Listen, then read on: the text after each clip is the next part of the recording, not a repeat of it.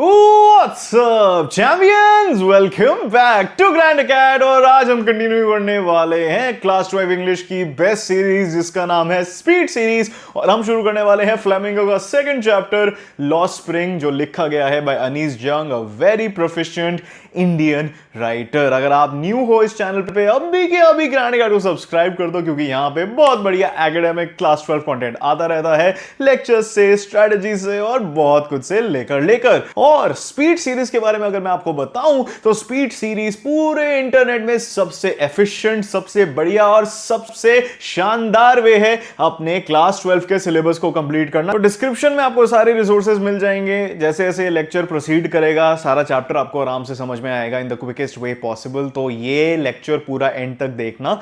But to kick things off I want to explain to you the meaning of the title of this chapter. देखिएगा इस literature में सबसे पहले हमें analyse करना होता है कि ऑथर ने या फिर एडिटर ने ये टाइटल क्यों दिया है लॉस्ट स्प्रिंग। स्प्रिंग में क्या होता है my dear champions? Everything comes to life again.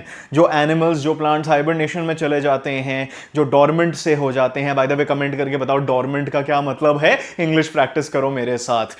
ये सारी चीजें स्प्रिंग में होती हैं। स्प्राउटिंग हो गई, ब्लूमिंग हो गई, फ्लावर्स आपको हर जगह दिखते हैं, है ना, मार्च अप्रैल के महीने में। Everything comes to life again. So basically this is blooming and this is growth. Lost का मतलब तो आपको पता ही है, एक ऐसी ग्रोथ, एक ऐसी ब्लूम जो लोगों ने खो दी है या फिर उनकी वो कभी हुई नहीं। स्प्रिंग, स्प्राउटिंग, ग्रोथ एक आदमी की, औरत की कब होती है? When they start to become independent, when they start learning about the world.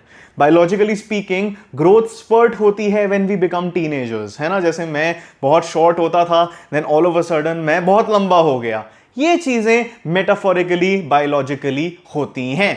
इस चैप्टर में हम एक्सप्लोर करेंगे कैसे certain sections of society की growth रोक दी जाती है, कैसे सोसाइटी उनको नीचे रखती है, कैसे उनके सर्कमस्टेंसेस इतने ज्यादा डीपली उनके अंदर प्रिवेल करते हैं कि वो अपनी जिंदगी का कंट्रोल ले नहीं पाते, कैसे simply by the bad luck of being born into a section of society that is oppressed और is not that financially strong, उनकी जिंदगी के जो होप्स हैं और ड्रीम्स हैं वो अचीव करने का सोच भी नहीं पाते। जैसे हम लोग ब्लेस्ड हैं, हमारे पास पढ़ने की अपॉर्चुनिटी है जो दुनिया की सबसे बड़ी अपॉर्चुनिटी है कि हम अपने लिए नाम कमा सकते हैं, हम पढ़ के दुनिया को बदल सकते हैं, देश को बदल सकते हैं, अपने आप को बदल सकते हैं। ये छोटी छोटी प्रिविलेजेस भी लोगों के पास नहीं होती। तो जिन बच्चों की स्प्रिंग उनसे छीन जी जाती है वो हम एक्सप्लोर करेंगे। लॉस्ट स्प्रिंग चैप्टर के 2 पार्ट्स हैं, दोनों पार्ट्स हम इसमें कवर करने वाले हैं। पूरा लेक्चर एंड तक देखना है और बने रहना है। अभी के अभी सब्सक्राइब कर दो और इस वीडियो को लाइक जरूर कर देना। अब हम पार्ट 1 से शुरुआत करने वाले हैं। समटाइम्स आई फाइंड अ रूपी इन the garbage. So obviously this is about someone जो एक रैग पिकर है, मतलब कूड़ा उठाने वाला। ठीक है, all right, let's begin with the chapter. जो हमारी ऑथर है, राइटर है अनीस जंग, वो स्टोरी को शुरू करती हैं और बताती हैं कि वो रोज एक इंसान से मिलती हैं, यंग बॉय जिसका नाम है Saheb. She sees him every morning, हर सुबह मिलती हैं, searching for valuable items in garbage dump. So basically garbage में लोग ऐसी चीजें फेंक देते हैं। आप लोगों ने भी कभी कोई कीमती चीज गार्बेज में जरूर फेंकी होगी, चाहे वो एक ऐसा बहुत महंगा जूता है जो आपको अब फिट नहीं आता, कपड़े फिट नहीं आते, पुराना फोन है जो बिक नहीं रहा आपका इधर उधर, तो आपने वो कूड़े में फेंक दिया। तो लोग कूड़े में से सर्च करते हैं और उसमें से चीजें निकाल लेते हैं और उसको स्क्रैप में बेच देते हैं, थोड़ा प्रॉफिट ऐसे कमा लेते हैं रैग पिकर्स। साहेब की फैमिली अलॉन्ग विद अदर्स, मतलब काफी ऐसी फैमिलीज थी, one of the families was Saheb's family, migrated from Dhaka Bangladesh. तो यहां पे हमें पता चलता है कि ये इमिग्रेंट्स हैं। इमिग्रेंट्स क्या होते हैं बेटा? इमिग्रेंट्स या रेफ्यूजीज बेसिकली जो एक जगह से दूसरी जगह चले जाते हैं। रेफ्यूजीज उनके लिए यूज किया जाता है जब कोई परसिक्यूशन हो रही होती है उनके साथ उनकी होम कंट्री में और उन्हें वो उधर फ्ली करके कहीं और जाना होता है, या फिर वो कोई डिजास्टर एस्केप कर रहे होते हैं। तो यहां पे आप मुझे बताना ये इमिग्रेंट हुए या रेफ्यूजी हुए। In 1971 because storms had destroyed their homes and fields leaving them with no food. तो अब हमें पता चलता है कि साहेब की फैमिली बांग्लादेशी फैमिली है, वो ढाका में रहते थे जो बांग्लादेश का कैपिटल है, वहां पे वो फार्मर्स थे, लेकिन एक नेचुरल डिजास्टर होता है जिसकी वजह से उनका काम पूरा ठोप हो जाता है because they have no means of producing anything which would earn them money. They came to the big city. Big city यहां पे क्या है? दिल्ली। तो वो ढाका जो कैपिटल सिटी है बांग्लादेश की, उधर सब कुछ खो के वो सोचते हैं हमें एक नई शुरुआत करनी है, उनके लिए उधर कुछ बचा नहीं है, तो वो माइग्रेट करके आ जाते हैं सबसे बड़ी शहर में, which is known as the big city Delhi, India की one of the most foremost cities, looking for gold in the garbage which for them represents a means of survival. तो आपसे पूछा जाएगा और आप मुझसे पूछोगे सर वो क्या सच में सोने को ढूंढ रहे हैं गार्बेज में? आई मीन इतना कोई डम नहीं होगा ना कि वो ऐसे ही अपने सोना छोड़ दे, चांदी छोड़ दे। नहीं, यहां पे गोल्ड होता है metaphor. Gold represent something, it is a symbol, this is symbolising something. Looking for gold in the garbage means looking for anything जो उन्हें थोड़ा पैसा कमा के दे दे। अगर उन्हें कोई पुराना जूता भी मिल जाए 200 रुपए का तो वो बेच के कमा सकते हैं। और कमाने का मतलब ये नहीं है कि वो एक दिन BMW ले पाएंगे, कमाने का मतलब है कि उनकी फैमिली रोटी खा पाएगी और भूखी नहीं रहेगी। So you can see the depth of this gold. हम लोग गोल्ड क्यों खरीदते हैं? We look at them as investments, we look at them as ornaments कि हम ज्वेलरी पहनेंगे, लेकिन इनके लिए वो गोल्ड क्या है? इनके लिए गोल्ड है survival. So they are looking for the means of survival.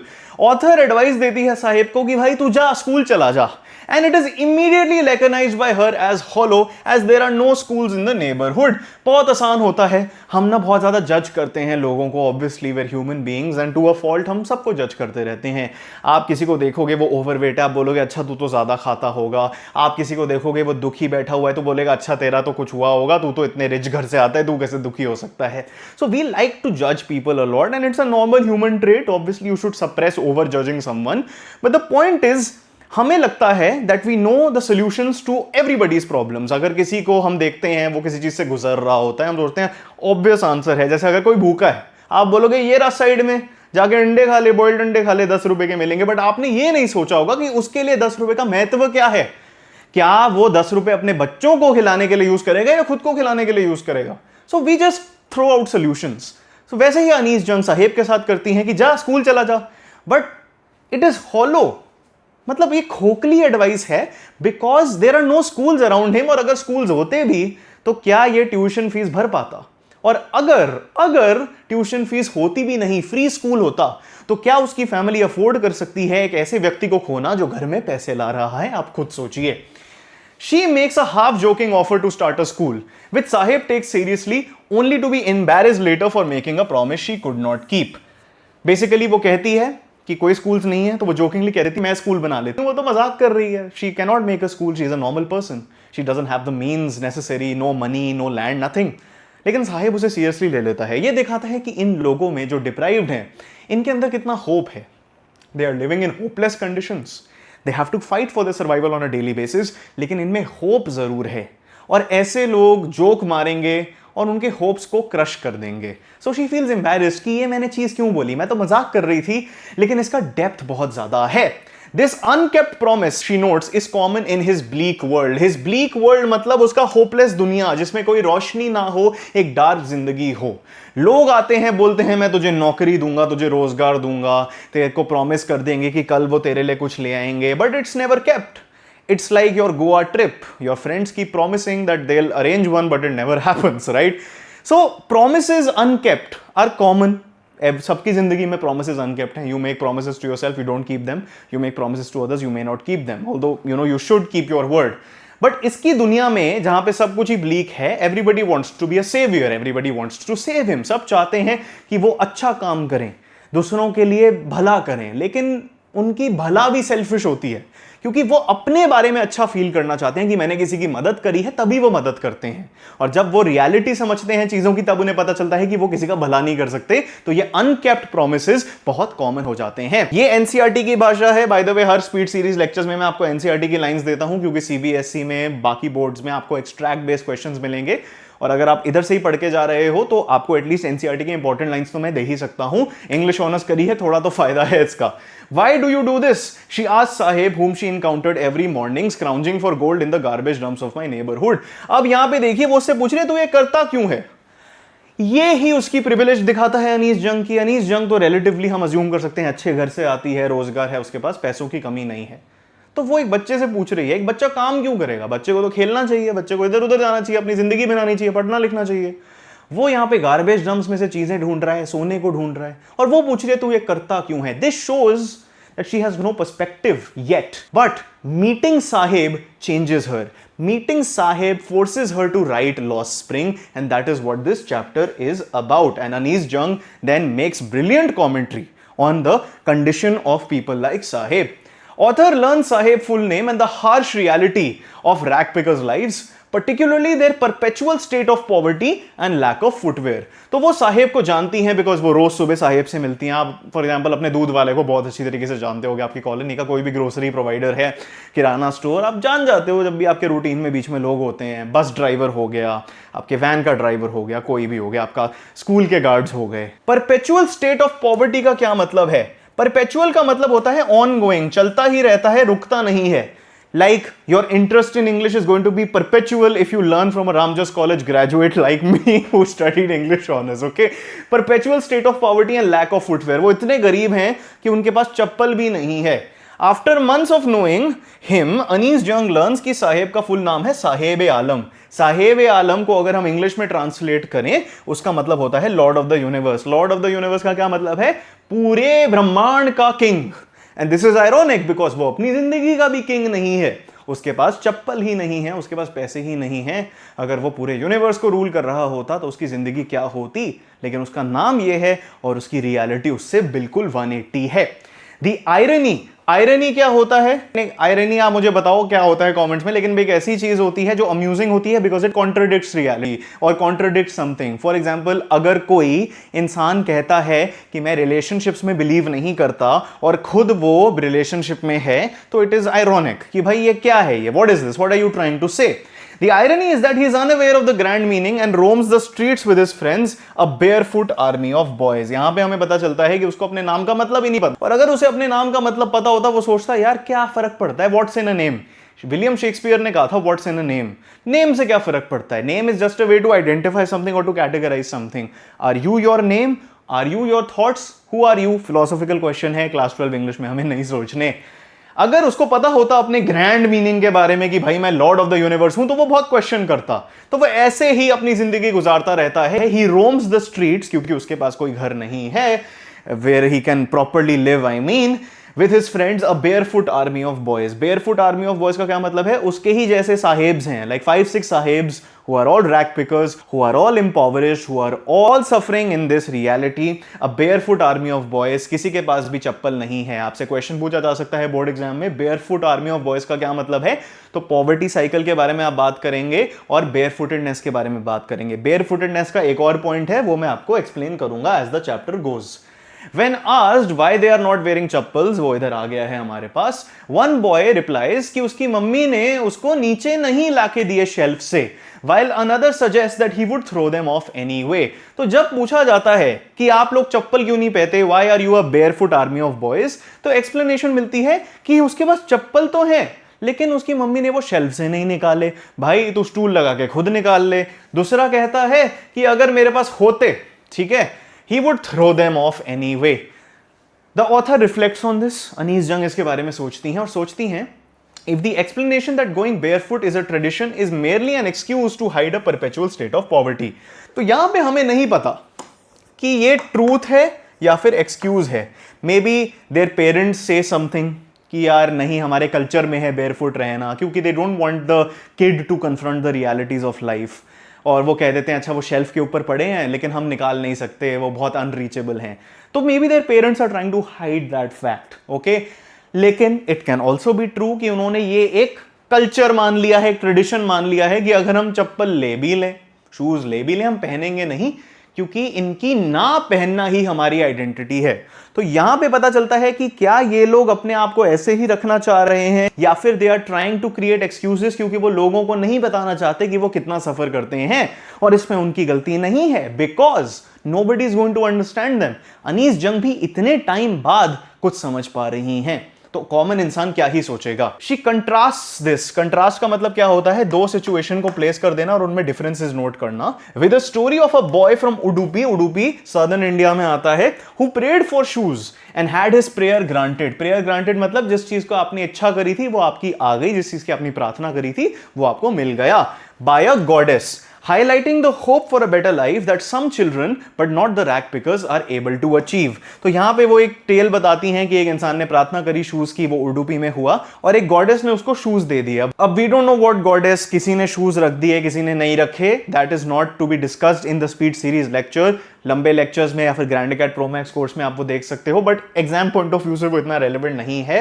But basically यहां पे she is comparing the lives of people who are living here, जो सीमापुरी से आए हैं, and contrasting it with this tale of Udupi कि उसने बस प्रार्थना करी और उसे मिल गए, और ये लोग पूरा दिन काम करते हैं, they search for gold in the garbage and they still do not get it.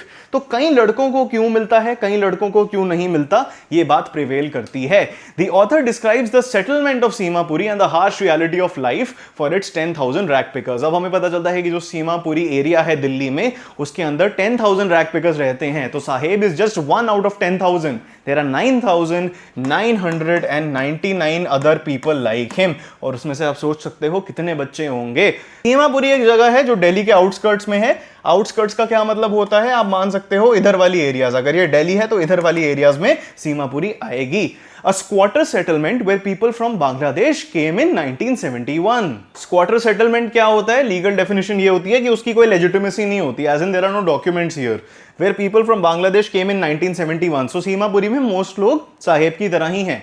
वो उधर रहे हैं 30 साल से ज्यादा in structures of mud with roofs of tin and tarpaulin. तो इससे हमें पता चलता है कि जिन घरों में वो रह रहे हैं उनके वो मड से बने हुए हैं, ठीक है, मड से बने हुए हैं, और उनकी जो छत है वो टिन से बनी हुई है। छत तो फिर भी ठीक है, लेकिन आपको पता है कि मड हाउस कितना ही स्ट्रांग होगा। As in what we are trying to tell you here is that जिस चीज को वो एस्केप करके आए थे, नेचुरल डिजास्टर, अगर यहां पे कोई बहुत ज्यादा बारिश हो जाती है, फ्लडिंग हो जाती है, आपको क्या लगता है मड हाउस को क्या होगा? So this is actually showing the fragility of the conditions in which these people are living in. They lack basic amenities. Basic amenities क्या होती है? बेसिक सुविधाएं, लाइक स्यूएज, ड्रेनेज और रनिंग वाटर। जहां पे पानी पीने की, नहाने की संभावना कम हो गई है, वो लिविंग कंडीशन ही कैसा है आप खुद सोच सकते हैं। The author witnesses Saheb's transition from a rag picker to a worker at a tea stall. तो अब हमें पता चलता है साहेब की लाइफ में growth. Now is a turning point in the chapter which I want you to focus on. Author देखती है साहेब एक फेंस के साइड में खड़ा हुआ है, ठीक है, फेंस के साइड में वो खड़ा हुआ है, वॉचिंग 2 men प्ले टेनिस। तो यहां पे आप मान सकते हो टेनिस ग्राउंड है, यहां पे फेंस लगे हुए हैं, ठीक है, बॉर्डर लगा हुआ है, और यहां पे सर बैठ के देख रहे हैं 2 लोगों को टेनिस खेलते हुए। He admits that he goes inside when no one is around and the gatekeeper lets him use the swing। तो ये एक एरिया है जहां पे स्पोर्ट्स की चीजें होती हैं, पार्क या कम्युनिटी सेंटर, स्पोर्ट्स सेंटर आप मान सकते हो इसे।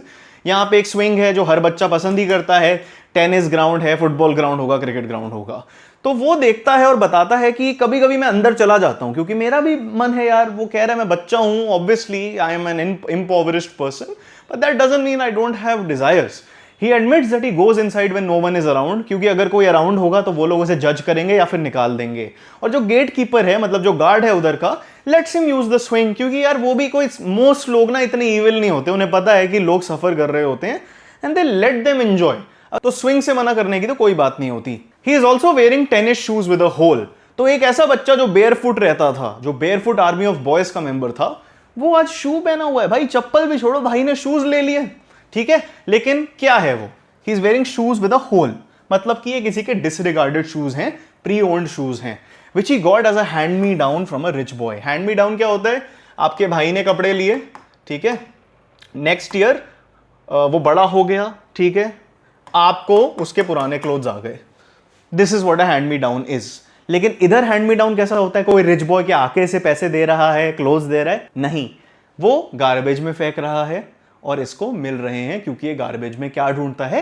गोल्ड ढूंढता है, ठीक है। The hole in the shoe does not bother him because for someone जिसने पूरी जिंदगी बिना चप्पलों के निकाली है, बेयरफुट निकाली है, even shoes with a hole are a dream come true. NCERT में हमें पता चलता है कि क्वेश्चन होता है, ऑथर क्वेश्चन करती है साहेब के थ्रू कि शायद किसी रिच लड़के ने ये शूज फेंक दिए हो बिकॉज उनमें होल हो और उसको कोई कॉस्मेटिकली नाइस चाहिए हो, you know, he is gonna wear AF1s and nothing else.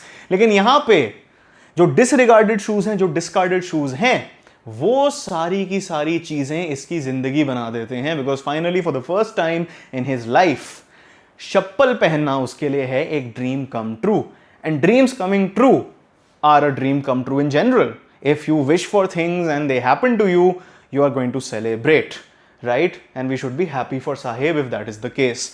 Dreams coming true की बात हो रही है. अगर आप इंग्लिश में बहुत बढ़िया नंबर लाना चाहते हो, आपका सपना है, it is one of your dreams that you want to score brilliant marks in class 12, you need to score brilliant marks in class 12 English, क्योंकि class 12 English 20% है आपकी मार्कशीट का. आप इंग्लिश को इग्नोर नहीं कर सकते. और अगर आप दैट ड्रीम को अचीव करना चाहते हो, आप ज्वाइन कर सकते हैं ग्रैंड अकेड का प्रो मैक्स इंग्लिश कोर्स, जिसमें मैं आपको पढ़ाऊंगा. Yes guys, my name is Ritwik, I am a Ramjas college graduate, DU north campus, one of the best colleges in the country से मैंने इंग्लिश ऑनर्स पढ़ी है. इंग्लिश ऑनर्स पढ़ के मैंने इंटरनेशनली डिबेट करा है, इंटरनेशनली रिसर्च पेपर्स पब्लिश करे हैं, और इंटरनेशनली मैं इंग्लिश में ही लिखता हूं. इस कोर्स में आपको मिलेंगे सबसे बढ़िया नोट्स, कहीं और नहीं मिलेंगे, इधर ही मिलेंगे. सबसे बढ़िया माइंड मैप्स हर एक चैप्टर के, 100% सिलेबस कुछ घंटों में ही आपका करा दूंगा. आपको लाइव लेक्चर भी मिलेंगे, रिकॉर्डेड भी मिलेंगे, लाइव मेंटोरशिप सेशंस भी मिलेंगे.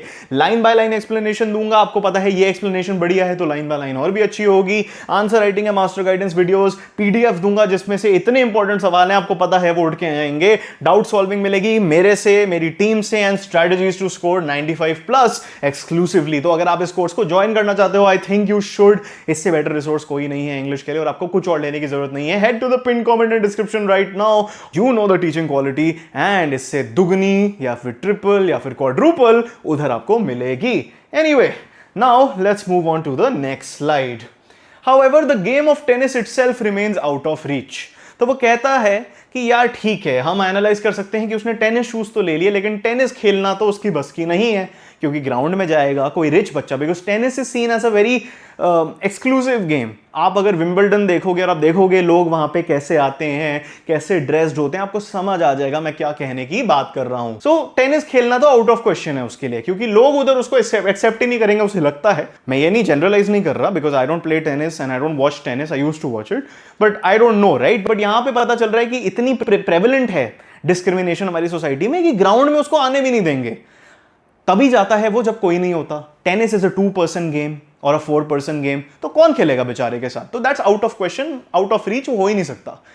एक सुबह ऑथर देखता है साहेब को, अनीस जंग देखती है साहेब को on his way to a milk booth. यार वो मिल्क बूथ क्यों जा रहा है? I don't know, let's see. No longer carrying his plastic bag, तो ऑब्वियसली वो रैक पिकर था, तो वो एक ऐसे बैग पहन के जाता था जिसमें वो डर्ट स्क्रैप को कलेक्ट करता था. But a heavy steel canister, मतलब एक ऐसा जग टाइप चीज जो स्टील से बनी हुई है, जो बहुत हैवी होगी ऑब्वियसली, और उसमें लीटर लीटर दूध के भरे होंगे. ही टेल्स हर कि अब मैम काम करता हूं एक टी स्टॉल पे, मुझे महीने के 800 रुपए मिलते हैं और साना खाना मिल जाता है, मतलब 3 टाइम्स अ डे मुझे खाना मिल जाता है. तो in a way he is empowered himself, because he is no longer searching for gold in the garbage, और उसकी फैमिली को एक स्टेडी फ्लो ऑफ इनकम मिल रहा है. उनको पता है कि अच्छा, अगर हर महीने 800 रुपए आ रहे हैं, हम ऐसे बजट करके सर्वाइव कर सकते हैं. लेकिन जो प्लास्टिक बैग होता था वो लाइट होता था, और ये जो स्टील कैनिस्टर है वो हैवी है. Not just in the literal sense कि वो बैग 2 किलो का होगा और ये कैनिस्टर 10 किलो का होगा और बच्चे को उठाना पड़ रहा है, but even in a metaphoric sense. क्योंकि चाहे वो रैक पिकर होके एक इम्पोवरिश बच्चा था, उसके अंदर सपने थे. He could have done something. He did have that, hope for life कि उसे टेनिस शूज मिल रहे हैं. He can play, he can, blend in somewhat and be a kid. He was his own boss. कोई उसे control नहीं करता था, कोई उससे लेबर नहीं कराता था, जो बाय द वे इस केस में इलीगल ही होगी if he's under 14 years old. So वो होप जो उसके अंदर था, वो ग्लीम जो उसके अंदर थी, वो सब चली गई. साहेब अब खुद का मालिक नहीं था. The Lord of the Universe was no longer his own boss. Even when he was a deprived rag picker, he was still his own boss. He controlled his schedule, he controlled his time, he controlled himself. He could do whatever he wanted to do at any point of time, obviously with social limitations. But now he's under somebody else. His face has lost that carefree look. जो एक नादानी का hopeful look होता है, वो इधर से गायब था. The canister belongs to the tea shop owner. तो अब वो किसी और के लिए चीजों को उठा रहा है. And Sahib is no longer his own master. चाहे उसका कंडीशन कुछ भी था, जब तक आप खुद को कंट्रोल करते हो, आप खुद की जिंदगी बना सकते हो. Obviously you will face struggles because societal limitations are there which we have talked about in this part of the chapter, but you have that possibility. At least यहाँ पे उसको स्टडी इनकम मिल रहा है. So this is a dilemma that Anees Jung leaves with you. A very thought provoking part. Sometimes I find a rupee in the garbage. I hope you learned a thing or two from this. And now we are going to move on to part 2 of Law Spring, which is I want to drive a car. So आपको base तो मिल गया है, तो part 2 में इतना time नहीं लगने वाला. इसमें भी सिमिलर स्टोरी होगी, ऑब्वियसली विद डिफरेंट कैवियाट्स. तो यहां पे हम साहेब की नहीं बात करेंगे, हम एक और लड़के की बात करेंगे जिसका नाम है मुकेश. ऑलराइट, यहां पे फोकस शिफ्ट हो जाता है मुकेश पर. अ बॉय फ्रॉम फिरोजाबाद, तो वो था सीमापुरी और अब हम आ गए हैं फिरोजाबाद में. Who dreams of a life beyond his families traditional profession. तो यहां पे हमें पता चलता है कि फिरोजाबाद की जो फैमिलीज हैं उनका एक सेट ट्रेडिशन है, उनकी एक लीनिएज है जो फॉलो हुई जा रही है, जो एक ही काम करती है, खानदानी काम. लेकिन मुकेश के अंदर सपने हैं कि जो मेरे डैडी जी करते हैं, ग्रैंड डैड करते हैं, उसके हट के मैं कुछ करूंगा. मेरे सपने तो है ना. तो ड्रीम्स की बात जो साहेब के चैप्टर में एंड हुई थी वो इधर शुरू हो रही है. ऑथर जो अनीस जंगी हैं मुकेश को इंट्रोड्यूस करती हैं. Who is determined to be his own master. वो चाहता है कि मैं खुद का मालिक हूं, एंटरप्रेन्योर बनूं, खुद का काम करूं, सेल्फ एम्प्लॉयड हूं. And announces his dream of becoming a motor mechanic.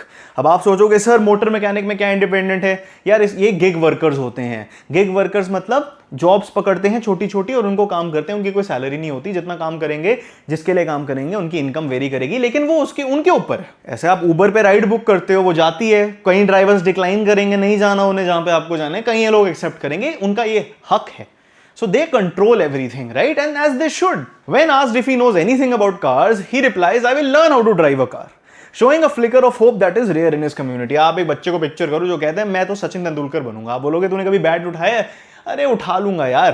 तो आपको वो फनी नहीं लगेगा. अगर कोई 30 साल का इंसान बोले शायद वो फनी लगे, लेकिन एक बच्चा जब ये बोल रहा है तो आप देखोगे यार इसके अंदर जो होप है, जो सपना है, अगर इतनी डिटर्मिनेशन रखी तो ये अचीव तो कर ही लेगा ना यार. इतना इंस्पायरिंग बात करी है इसने. He is escaped social conventions, क्योंकि उसके अराउंड तो लोग उसको प्रिपेयर कर रहे होंगे कि भाई तू खानदानी काम ही कर. इसकी ड्रीम एक मिराज लगती है in the dusty streets of Firozabad, a city famous for its bangles where every other family is involved in the industry. तो अब हमें पता चलता है फिरोजाबाद एक सिटी है. सीमापुरी आउटस्कर्ट्स में जगह थी, फिरोजाबाद सिटी है, famous for its bangles where every other family is involved in the industry. Basically Firozabad Agra के पास होता है और यहां पे बैंगल्स का बहुत ज्यादा काम है. It's a city known for its bangles. And यहां पे एवरी अदर फैमिली मतलब 50% से ज्यादा फैमिलीज इसी काम में इन्वॉल्व्ड हैं. तो इसकी ड्रीम एक मिराज लगती है, आंखों का धोखा लगती है. जैसे रेगिस्तान में आप पानी दिख जाए लेकिन वो रियलिटी में ना हो, क्योंकि लोगों को पता है कि भाई तेरा खानदानी काम ये है, तेरी फैमिली को भी यही आता है, तो तू यही करेगा. क्या मोटर मैकेनिक बनने की बातें कर रहा है तू. It is a place where families have spent generations, मतलब ये सदियों से चलती हुई आ रही है, पीढ़ियों से पास डाउन हो रही है. वर्किंग इन हॉट, गरम, डिंजी मतलब जिसमें कोई रोशनी ना हो, डार्क इन्वायरमेंट्स, फर्नेसेस के पास. ठीक है, तो फर्नेस क्या होती है, भट्टी टाइप चीज. तो सोचिए आप एक रूम में हैं जिसमें कोई रोशनी नहीं है, वो बहुत हॉट है, कोई फैन नहीं है, कोई वेंटिलेशन नहीं है, और भट्टी में, फर्नेसेस में चीजें बन रही हैं. तो आप सोचिए कि उसका वर्किंग कंडीशन क्या है. आपकी आई साइट ही खराब हो जाएगी, बिकॉज चिंगारियां निकलेंगी, चिंगारी आइस को डैमेज करती हैं. और वैसे भी अगर आप फ्लेम देख रहे हो और उधर आपके पास कुछ और नहीं है, कोई वेंटिलेशन नहीं है, गैसेज अंदर जाएंगी, सो ऑब्वियसली आपकी आई साइट खत्म होने लग जाएगी धीरे धीरे. Often losing their eyesight before they become adults. सो इससे हमें पता चलता है कि वो जब बच्चे होते हैं वो तभी इन इनह्यूमन कंडीशंस में काम करना शुरू कर देते हैं. एंड बिफोर दे टर्न 18 उनकी आई साइट डेग्रेडेशन छोड़ो, they lose their eyesight, मतलब they become blind even before they turn 18 years old. The author visits Mukesh's home, वो मुकेश के घर जाती हैं, revealing the reality of life for Bengal makers. यहां पे हमें पता चलता है कि अनीस जंग इतना इंट्रीग हो जाती हैं, वो खुद सीमापुरी जाती हैं समझने की यार ये है क्या. Mukesh proudly takes the author to his home which he says is being rebuild. तो उसके अंदर ना थोड़ा वो है कि यार ठीक है हम डिप्राइव तो रहते हैं लेकिन हमारे पास घर तो है, छत तो है, खाना तो खा सकते हैं, और वो छोड़ो इतने पैसे हैं, इतने रिसोर्सेज हैं कि एटलीस्ट हमारा घर रीबिल्ड हो रहा है. घर होना एक बात है, घर को रेनोवेट कराना अलग बात है, क्योंकि कई लोग अगर उनके हाउस में डैमेज हो गई, जैसे अगर आप साहेब का घर अगर होता तो आप सोचो तो क्या वो रेनोवेट करा पाता, maybe because of his 800 rupees. लेकिन उससे पहले 800 रुपीज में भी क्या होगा. They walk through stinking lanes. Stinking lanes मतलब बहुत ज्यादा बदबू आ रही होती है. चोक्ड विद गार्बेज मतलब लेन्स जिसमें कूड़ा भरा हुआ है. And past hovels with crumbling walls, wobbly doors and no windows. यहां पे ये डिस्क्रिप्शन आपको रोट लर्न करनी है एक्सट्रैक्ट बेस्ड क्वेश्चंस में, और आंसर्स में आपको लिखना चाहिए चाहिए कि उसका कंडीशन क्या है उस एरिया का। वॉल्स जो टूट रही हैं, डोर जो ऐसे ऐसे खिड़क रहे हैं, फर्म नहीं है। डोर का पर्पस क्या होता है? सील करना। अगर वो सील ही नहीं कर रहे तो क्या पॉइंट है? एंड नो विंडोज, कोई वेंटिलेशन ही नहीं है। तो आपको पता है जब वेंटिलेशन नहीं होती तो आपको वैसे ही घुटन होती है और आईसाइट पे आपको पता ही है क्या हो रहा है इधर। Alright, now let's move on to the next slide. Inside a half-built shack, a frail young woman. तो half-built shack क्या है? क्योंकि renovation चल रही है। Shack is basically a word to describe where our dear Mukesh lives. तो वहां पे renovation चल रही है, that is why it is half-built, आधा ही बना हुआ है। A frail young woman, frail का मतलब बहुत ज्यादा, आप मान सकते हो weak, very very thin, मतलब in a sense कि खाने को नहीं मिल रहा type. A frail young woman who is Mukesh's sister-in-law, उसकी भाभी हैं, मतलब उसके भाई की wife, is cooking the evening meal. तो इवनिंग मील क्या होता है? बेसिकली डिनर या डिनर से पहले का मील वो कुक कर रही हैं। मुकेश के फादर, जिन्होंने काफी सालों तक बहुत ज्यादा हार्ड लेबर करी है, हार्ड वर्क नहीं लेबर, क्योंकि ये लेबर है, has failed to renovate the house और send his sons to school, only managing to teach them the art of making bangles. तो यहां पे हमें पता चलता है कि मुकेश के पापा ने इतनी ज्यादा मेहनत करी है अपनी जिंदगी में, घंटे घंटे लगा दिए, अपनी हेल्थ को डिस्ट्रॉय कर दिया, लेकिन उतने पैसे वो नहीं कमा पाए कि वो अपने बच्चों को कुछ और समझा पाए, पढ़ा पाए, कुछ दिखा पाए, कुछ सपनों के लिए बाबर करें। काम everybody does, but working in this condition is extremely hard. और उसके बावजूद भी उनके पास इतने पैसे नहीं हैं कि वो अपने बच्चों को एजुकेट कर पाते। मुकेश की ग्रैंड मदर, ठीक है, बिलीव करती हैं कि उनका जो फेट है वो उनका कर्म है, उनका कार्मा है, उनकी डेस्टिनी है। स्टेटिंग can a God given lineage ever be broken. तो यहां पे हमें पता चलता है द कंडीशन ऑफ हेल्पलेसनेस और लर्नड हेल्पलेसनेस। उसकी दादी जी को लगता है कि ये सदियों से चलता आ रहा है, हमारी फैमिली की पीढ़ी पीढ़ी पीढ़ी पीढ़ी यही काम कर रही है, तो ये भगवान की देन होगी ना, हम इसे कैसे तोड़ सकते हैं, हम तो ह्यूमंस हैं। तो यहां पे पता चलता है कि उनको लगता है कि जो उनका कंडीशन है वो उनके हाथ में नहीं है। They don't have that self ownership और sense of independence, which is why we talked about independence in the previous part of the chapter, because it is very important. चाहे आप किसी भी कंडीशन में हो, if you believe that you are your own master and you can make things happen somewhere और the other, अगर आप में ये होप है आप कुछ कर लोगे। But if you believe that you are controlled by the world और by some other force, you don't leave power up to yourself. That is what Anees Jung is trying to highlight here. The bangle makers are trapped in a vicious cycle of poverty. While Anees Jung is acknowledging that they don't feel कि उनके पास कोई power है, she is also acknowledging कि इनका complete control हो ही नहीं सकता, क्योंकि ये एक साइकिल में है। विशियस साइकिल क्या होता है? जो चलता ही रहता है, अंत नहीं होता उसका, अनंत। Where their entire world revolves around the bangles they make in the dark hut mitts. ठीक है, रिवॉल्व होता है सर्कुलर, और ये बैंगल्स भी सर्कुलर हैं। तो यहां पे पोएटिकली बताया जा रहा है कि ये एक ट्रैप है, एक विशियस साइकिल है। बैंगल्स की शेप भी वैसी ही होती है और ये साइकिल की भी शेप वैसी ही है। The author reflects on the misery, मतलब गंदा सा lack of any happiness, sadness है पूरी, and lack of hope among the bangle makers. Author describe करती है एक यंग लड़की जिसका नाम है Savita, who mechanically solders pieces of glass, unaware of the sanctity of the bangles she helps make. She contrasts this with an elderly woman next to her who, despite having bangles on her wrists, has no light in her eyes.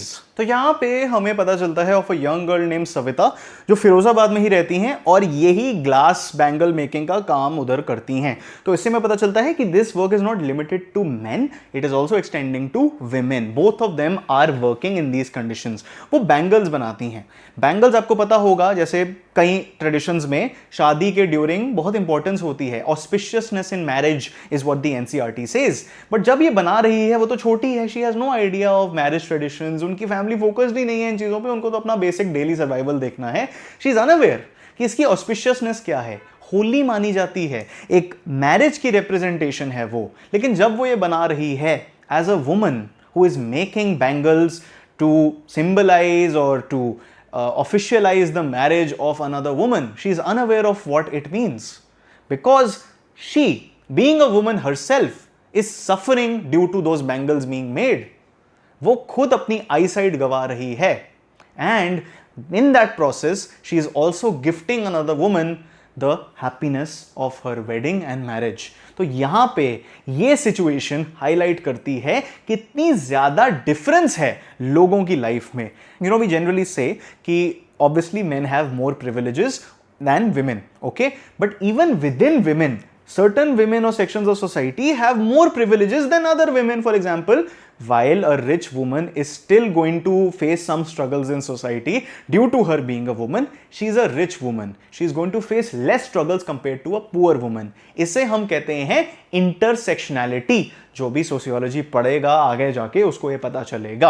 Alright, तो यहां पे intersectionality की बात हो रही है. She contrast this with an elderly woman next to her who despite having bangles on her wrists has no light in her eyes. उसकी शादी तो हो गई, वो बुढ़ी तो हो गई, and the bangles that were supposed to give her happiness she can't even see them. She has no light in her eyes. ये भी दोनों मेटाफोरिक और लिटरल है. उसकी आंखों में कोई रोशनी नहीं है, जाती नहीं. She is lost her eyesight, but there is no hope in her eyes either. So there is nothing happy about whatever is being described. The old woman laments, मतलब वो सोचती हैं और regretfully express करती हैं, regrettably express करती हैं that she has never had even one full meal in her entire lifetime. वो कहती है मैं इतना बूढ़ी हो गई हूँ लेकिन आज तक मुझे कभी भी एक ढंग का खाने का मील नहीं मिला. जैसे हम सुबह उठ के जाते हैं, हम बुफे चले जाते हैं, हम शादी का खाना खाते हैं, वो फिर ग्लटनी हो गई. What does gluttony mean? Comment down below. लेकिन उन्हें तो एक बेसिक ऐसा मील नहीं मिला जिससे वो फुलफिल्ड फील करें. ठीक है.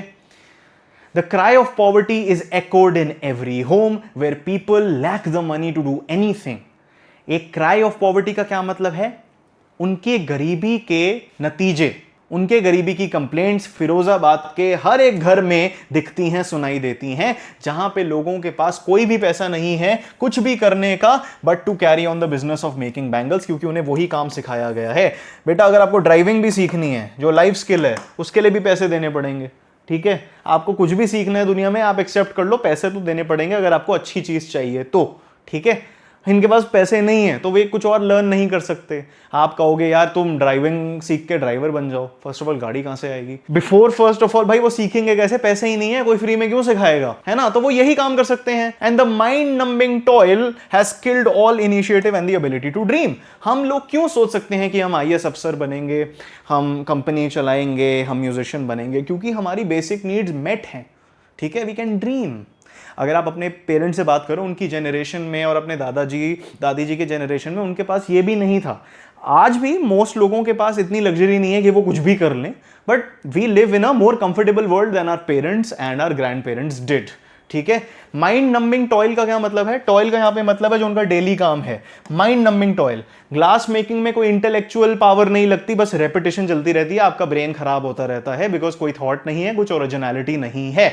एवरीथिंग इज लाइक कुकीज बनाना, कुकी कटर. कुकीज में ज्यादा आपको क्रिएटिविटी मिलेगी, ज्यादा दिमाग चलेगा, बस ये लेबर ही है जो ऐसे ही चलती रहती है. Has killed all initiative and the ability to dream. उनका काम जिसके कंडीशंस हमें पता ही हैं और उनका नेचर ऑफ वर्क जो हमें पता ही है, it has killed all initiative. Initiative का मतलब कि भाई कुछ लोग करें, निकलना चाहें, अपनी जिंदगी का कुछ बनाना चाहें, वो सब गायब है.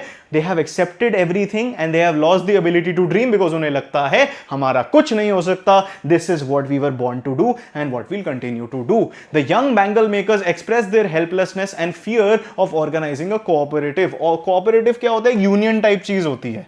जैसे जो लोग एक काम करते हैं वो यूनियनाइज कर देते हैं अपने आप को, ताकि जो उनकी डिमांड्स हैं एज अ ग्रुप वो सोसाइटी सुने. फॉर एग्जाम्पल ऑटो ड्राइवर्स का यूनियन है. भारत बंद जब होता है, जब बहुत सारी शॉप्स बंद हो जाती हैं, बहुत कंपनीज के यूनियंस होते हैं एम्प्लॉयज़ के जो प्रोटेस्ट कर देते हैं. रेलवे स्ट्राइक्स आपको पता है, ये सारी चीज़ें यूनियनाइजेशन कोऑपरेटिव्स की वजह से ही होती हैं, वेर उनकी मांगे पूरी हो जाती हैं एज अ ग्रुप. ठीक है. जैसे अगर आप लोग स्टूडेंट्स हो तो आपके भी कॉमन इंटरेस्ट हैं, कॉमन चीजें आप कराना चाहोगे. The author asks a group of young men why they don't form a cooperative to escape the middleman who have trapped their families for generations. तो यहां पे हमें पता चलता है कि उनका साइकिल भी परपेचुएट होता है बाय मिडल मैन, जो इनके काम के बीच में आते हैं. तो ये हायरार्की है. ऊपर आ जाता है आपका कोई मालिक साहब, बीच में एक इंसान है मैनेजर साहब जो बाहर का है, और नीचे आते हैं जो लोग काम डेली बेसिस पे करते हैं अपनी आईसाइट गवा के. They respond by saying that even if they organize, they will be hauled up by the police, beaten and dragged to jail by doing something illegal for doing something illegal. तो वो कहते हैं हमारी मांगे पूरी करने का, यूनियन बनाने का कोई पॉइंट नहीं है, क्योंकि ये काम इलीगल है, ये काम अलाउड नहीं है ऐसी इन्वायरमेंट्स में काम करना. आप वर्कप्लेस एक्ट देखोगे, वर्कप्लेस एक्ट देखोगे, आपको पता चलेगा इंडिया की लॉस क्या है. तो ये काम इलीगल है, और अगर ये कुछ करते हैं अपनी मांगों के लिए तो लोग बोलेंगे अच्छा तुम इलीगल काम कर रहे हो, चलो जेल में. आप बताइए किसकी फॉल्ट हुई? इनकी, जिनके पास पैसे नहीं है, जो सर्वाइव करने की कोशिश कर रहे हैं, या फिर उनकी जिन्होंने इनको एम्प्लॉय कर रखा है? आप खुद सोचो। लेकिन फिर भी आप देख सकते हो वो क्यों नहीं यूनियनाइज कर पाते अपने भाग्स को। वो सोचते हैं कि उनके पास कोई लीडर ही नहीं है, कोई एक ऐसा इंसान जो उनकी मदद कर दे, and they are stuck in a spiral, एक ऐसा स्पाइरल जो करता ही रहता है, आप नीचे ही जाते रहते हो, of poverty to apathy to greed to injustice. हम पहले पुअर हैं, पॉवर्टी और हमारी वर्किंग कंडीशन की वजह से हम एपैथी फेस करते हैं, हमें कुछ अच्छा ही नहीं लगता, हम हेल्पलेसनेस हो जाती है हमें। फिर ग्रीड आ जाती है दूसरे लोगों की, जो हमें हेल्प भी करना चाहते हैं, लेकिन उन्हें तो बस अपना नाम वाम कमाना है, उनसे हमें कोई मतलब नहीं है और उन्हें हमसे कोई मतलब नहीं है। एंड टू इनजस्टिस, बिकॉज आप कुछ भी कर लो, at the end of the day हमें अपने हक तो मिलेंगे नहीं। The author sees two distinct worlds, उसको दो दुनियाएं दिखती हैं अनीस जंग को, जो सेपरेट हैं, डिस्टिंक्ट हैं, अलग अलग हैं।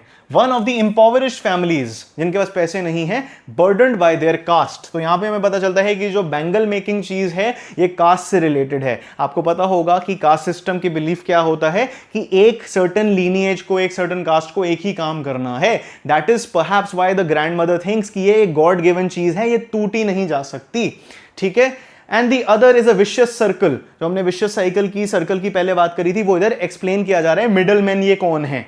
ठीक है, ये लोग कौन है? Sahukars, the middleman, the policeman, the keepers of the law, जो लॉयर्स हैं या फिर जो लॉ को इन्फोर्स करते हैं, the bureaucrats, IAS officer, blah blah blah, and the politicians who collectively exploit them.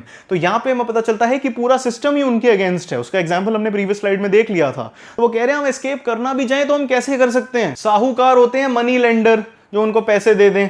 आप कुछ खा नहीं पा रहे, 10-15 रुपए ले लो, लेकिन बोलेगा 10 रुपए लेगा ना, अगले महीने तेरे को 1000 रुपए देने पड़ेंगे। बिकॉज जो मनी लेंडर होते हैं वो तो ऑब्वियसली रेट ऑफ इंटरेस्ट काफी हाई चार्ज करेंगे।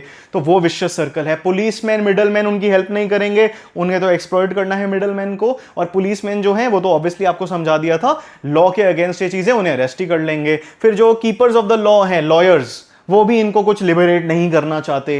The bureaucrats and the politicians, they all don't care. It's a vicious circle and it keeps them trapped. This oppressive system, मतलब जो सिस्टम उन्हें दबा के रखता है, has imposed the baggage on the child that he can not put down. ये जो system है, इसने हमारे फिरोजाबाद के बच्चों के ऊपर एक बैगेज दे दी है। बैगेज क्या होता है? लिटरल बोझ दे दिया है, लिटरल नहीं मेटाफोरिक बोझ दे दिया है उनके कंधों पे, which they can not put down. They can never stop, because यही वो काम कर सकते हैं और कुछ वो कर ही नहीं सकते। दैट इज वाई मुकेश के जो सपने हैं वो सपने ही रह जाएंगे, क्योंकि सोसाइटी उसे आगे बढ़ने नहीं देगी, even if he has the initiative that his parents and grand mother has lost. तो ये विशियस सर्कल, विशियस साइकिल चलता रहेगा। ये लोग इन्हें ट्रैप्ड रखेंगे, उनकी जिंदगी को कंट्रोल करेंगे। इससे निकलना कितना मुश्किल है। And daring to break free is not part of their upbringing.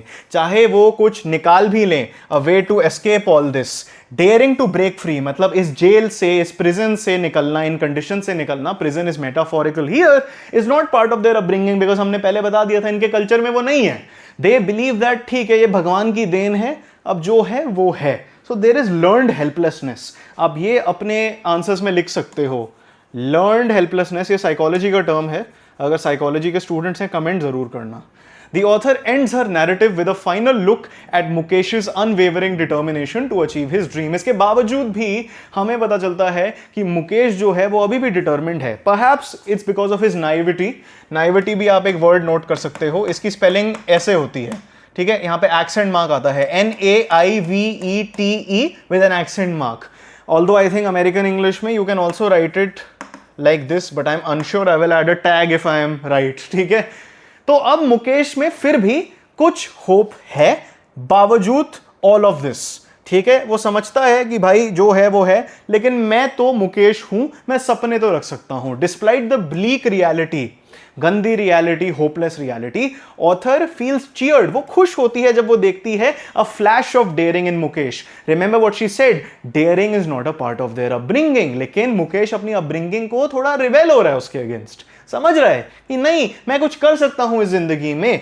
He रीअफर्म्स his dream, वो अपनी ड्रीम में दोबारा बिलीफ लाता है, दोबारा अफर्म करता है कि मैं इसे अचीव कर सकता हूं, ये मेरा सपना है of becoming a motor mechanic. And states he will walk a long distance to a garage to learn. वो कहता है जो भी कर लो it's fine, whatever you want, I will learn how to become a mechanic, चाहे मुझे कितना भी पैदल चलना पड़े। And remember it's very likely he does not have shoes. When the author asks him, अनीजे मुझसे पूछती हैं, तू मोटर मैकेनिक, गाड़ियां चलाने का सपना रखता है, do you also dream of flying a plane, which is like a next level of becoming a vehicle controller? He is silent for a moment before saying no, as few airplanes fly over Firozabad. वो कहता है इसको करके मैं क्या करूंगा, वो फिरोजाबाद के ऊपर तो निकलते नहीं. सो मे बी उसके अंदर एक होप है कि मैं अपनी जगह से कनेक्टेड रहूं, या फिर ये सिंबलाइज ये भी कर सकता है कि जो उन्हें एवरीडे दिखता नहीं है वो उसके बारे में सपना भी नहीं रख सकते. Why do you want to become an IAS officer? Why do you want to go to a college like Ramjas college? Because you seen people do it. लेकिन जो आपने देखा ही नहीं है वो आप कंसीव ही नहीं कर सकते ना अपने दिमाग में. So aspirations are also a product of what you've seen. And he does not see a lot of airplanes flying over Firozabad. And he is content to dream of the cars he sees on the streets of his town. वो देखता है मैं connected रह सकता हूं, और obviously मैंने आपको एक्सप्लेन कर दिया है ड्रीम्स की लिमिटेशंस. वो कहता है मैं ऐसे ठीक हूं, I am satisfied.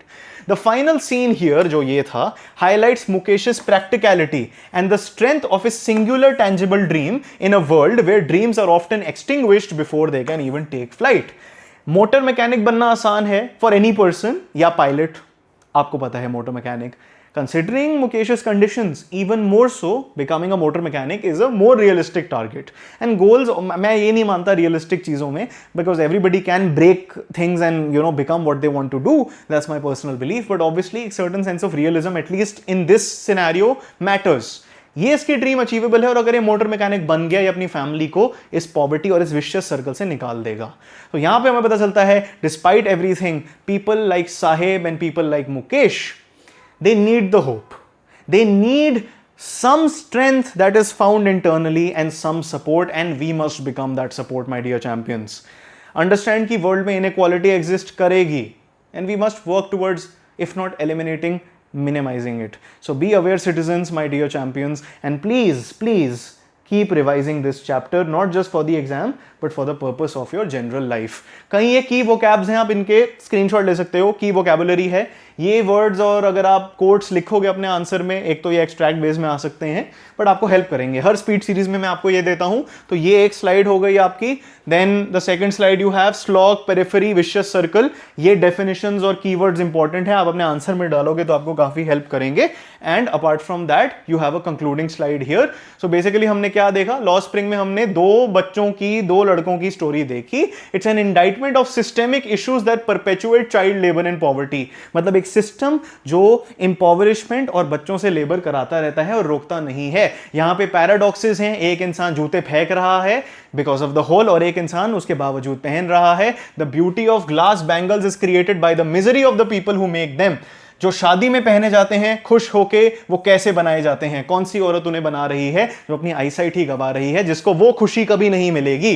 The dreams of these children are not merely personal aspirations but direct challenge to the forces that conspire to keep them in poverty. कि उनके सपने नॉट जस्ट एक पर्सनल डेवलपमेंट या पर्सनल गोल हैं, they are social revolutions. They have to break these chains.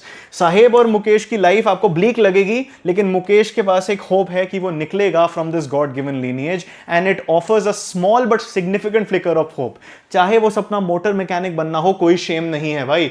बहुत लोगों को motor mechanic की जरूरत होती है, बहुत इज्जत का काम है. ठीक है, इज्जत का काम है. The chapter leaves us with a profound understanding की पॉवर्टी एक कॉम्प्लेक्स वेब है. ऐसा नहीं है कि कोई पुअर है बिकॉज वो काम नहीं करता. आपने देख लिया कास्ट, मिडलमैन, ब्ला ब्ला ब्ला, ये सब कैसे परपेचुएट करता है इन चीजों को. Economic exploitation, social norms, caste, political indifference, क्योंकि कोई उनकी हेल्प नहीं करना चाहता. And that true change requires not just sympathy कि भाई हम फील करने लग जाएं कि ये लोग बेचारे हैं और इन लोगों को हमें हेल्प करनी चाहिए. नहीं, एक हमें एफर्ट एस्टैब्लिश करना है, कलेक्टिव एफर्ट. लोगों को एक साथ आना पड़ेगा टू डिसमेंटल, मतलब to break down the very systems that steal these childhoods. जो इन बच्चों से, मुकेश जैसे बच्चों से और हमारे साहेब आलम जैसे बच्चों से उनके सपने छीन लेते हैं. और किसी के सपने छीनना आपको पता है कितनी डीप चीज है. Never let any dream die. अपने जो भी सपने हैं, पर्सनल एस्पिरेशंस हैं, I am going on a personal tangent here, but never let that dream गो.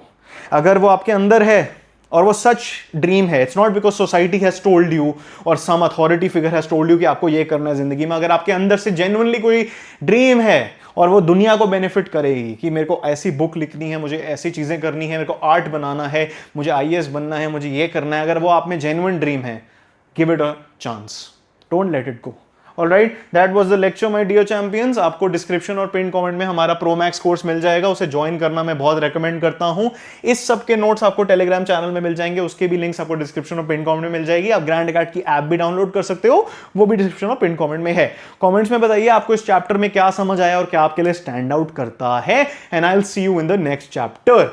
ठीक है, अभी के अभी ग्रैंड अकेडमी को सब्सक्राइब कर लो and make sure to like this video, और उनके साथ शेयर कर देना अपने दोस्तों के साथ जिनको ये वीडियो बेनिफिट करेगा, ये lecture. Alright, till next time, keep winning you champions.